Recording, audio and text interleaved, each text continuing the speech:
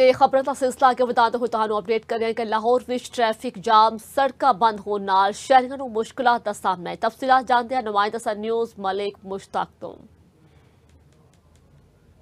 जी बिल्कुल इस वे मैं मौजूद हाँ कचहरी चौक के तुहानू दसना चला कि पूरे लाहौर की ट्रैफिक इस वे बंद है। सड़कों के उत्ते लंबियां कतारां ट्रैफिक दियां लगियां ने। DSP साहिबान इत्थे मौजूद ने ते SP सिटी भी इत्थे बार-बार चक्कर लगा रहे हैं।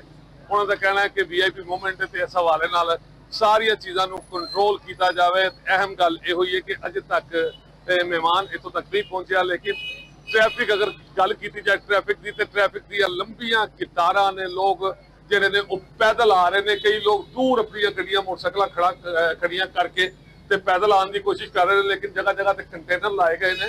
ਲੋਕਾਂ ਨੂੰ ਮੁਤਬਾਦਲ ਰਸਤਾ ਦਿੱਤਾ ਗਿਆ ਕਿ ਉਸ ਰਸਤੇ ਰਾਹੀਂ ਤੁਸੀਂ ਲੰਘ ਜਾਓ, ਲੇਕਿਨ ਲੋਕੀ ਵੀ ਬਜ਼ਿੱਦ ਨੇ ਕਿ ਅਸੀਂ ਇੱਥੋਂ ਹੀ ਲੰਘਣਾ। ਤੇ ਤੁਸੀਂ ਦੇਖ ਰਹੇ ਹੋ ਕਿ ਮੇਰੇ ਪਿੱਛੇ ਕਿੰਨੀ ਦੁਨੀਆ ਜਿਹੜੀ ਉਹ ਪੈਦਲ ਆ ਰਹੀ ਹੈ ਤੇ ਇੱਥੇ ਨਾ ਸਿਰਫ ਆਮ ਥਾਣਿਆਂ ਦੀ ਪੁਲਿਸ ਮੌਜੂਦ ਹੈ, ਨਾਲ ਹੀ ਨਾਲ ਇੱਥੇ ट्रैफिक के भी एहलकार मौजूद ने, ट्रैफिक के अफसरान मौजूद ने जेड़े ने अपनी ड्यूटी दे रहे हैं। तो उन्होंने कहना है कि VIP मूवमेंट इस हवाले पूरे इस इलाके को क्लीयर कराया जाए, लेकिन अजे तुसीं देखदे पे हो मेरे हालत वाले अगे पिछे कि इत्थे एडी आसानी नाल क्लीयर नहीं होणगियां सड़कां।